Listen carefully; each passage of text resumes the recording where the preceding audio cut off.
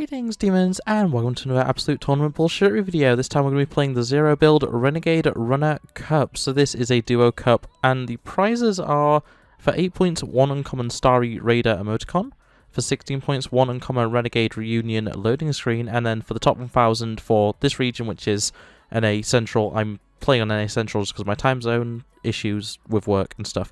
You actually get the full Renegade Runner set, which includes the outfit, the housing tool, back bling, and wrap, which is very, very cool. But yeah, in any case, we are, as I say, on NA Central. I'm with Tibbar, which is my alt account, and yeah, this is gonna be a casual one, let's be honest. Not the leader of a cult, RabbitWithAxe. So I've already had a little warm-up match on these servers, so I know that my ping is about 140, but it's stable 140. In fact, it's actually going a little bit down, so it might be better than that after this. But yeah, oh, that was a spike. There we go. It is generally stable, so that's always a benefit. But yeah, I'm running the Halloween version of Renegade Raider. It's the only one I actually own. It's the only one I actually like. And Renegade Runner is a remake skin, so to speak, of Renegade Raider. So I thought it was just kind of apt. So I think my plan for this one, realistically, is I'm just going to camp it. I've worked out, I believe, if I can get to the top 16 teams, that's enough points. So, that's what we're going to do. I find when it comes to these, even if I'm planning on just camping it out, I'm always better off just finding a little bit of loot before I hide, just in case I have to fight out. Generally, though, it's usually pretty fine. And always remember that when it comes to this kind of playstyle, having your augments be good is, always beneficial. I'm going to go with game time because that actually gives me extra stuff. So realistically, with a setup like this, I'm in a pretty good position, and especially now we've hit top 25, we're pretty good standing to continue on. I have, I want to call it Tibbar. I've got Tibbar over in a bush right over there, so even if I die as the active player, we've still got a pretty good chance of surviving for quite a while with Tibbar over there. Another great option, shotgun recycle. Having more ammo is always beneficial in anything, whether you're doing this sort of playstyle or like a more aggressive playstyle. Having extra ammo, always a good option. So you will realise I am playing 0 build, which is just my preferred game mode. There is actually a full build version of this tournament. I just prefer 0 build, and I don't like being built on, honestly. That's kind of a big thing for me, so yeah, I'm always going to pick this mode, but, each to each their own. If you prefer actual build modes, that's great. But here we go, already on 3 points. Okay, we've got someone over here. Is that Spider-Gwen with the Titan gear? Okay. I'll leave them to their own devices. Don't want to fight if I don't have to. Another great one, medium ammo amp. When you're carrying an AR, always worth having. I feel like this series, Absolute Tournament Bullshittery, is one of two things, or maybe even both. It's easy content for me, which it definitely is, let's be honest, and it's also a really good way for people like me that aren't necessarily that skilled at the game to learn how to do better at surviving, whether that be in tournaments or just in general. The things that I do in this game are things I do in pretty much every game that I play, unless I'm being hyper-aggressive, which isn't that often, and it always works out pretty well for me. That's all I'm going to say. Oh, that's fun. I'm stuck on the wall. There we go. I thought I was seriously going to have to use the sword to get out of that. And this is a good setup for my actual loadout right now, Dignified Finish. It's not necessarily something that's going to be that useful, but as soon as I'm carrying the katana, I might as well. So already we're well past the point of the first reward. And basically just waiting it out until we get the final reward, which, we're only 6 points off, and I think we're about to start getting way more points for surviving, so we're getting pretty close.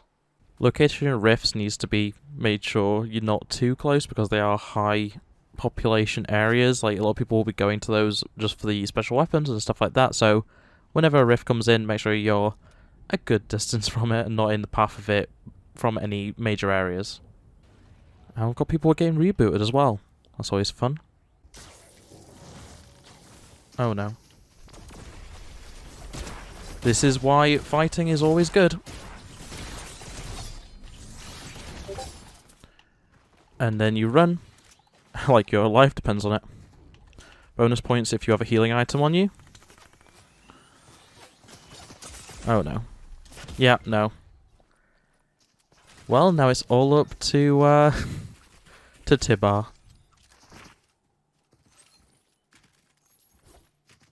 Never mind, Tibbar's dead. So, all in all, that was actually a pretty good first match, and the fact we only need 6 more points means this, most likely, unless I really butcher it, should be the last match we need. So the plan is pretty much the same as last time. I'm going to put Tibbar into a bush, and I'm going to just generally loot in a bit of a casual way and go from bush to bush just to be safe. And yeah, hopefully we'll get that 6 points very, very quickly. I feel like this isn't something I really need to emphasise, but if you're wanting to survive a long time, don't get near population centres, especially named POIs. They're never worth going for. You'll get a lot of good loot, but you're more likely to die much, much sooner, which is never what you want, let's be honest. So I'm actually going to go against my own words about how you should go for useful augments, because I don't have Aquatic Warrior and I want it, so... And unfortunately, it looks like Tibbar's immediately died upon landing on the ground, so that's fine. we'll have to do without it. Keys are your friends. If you've got keys, use them. I've yet to actually use this wind tunnel, so I don't actually know how good it is, but let's try it.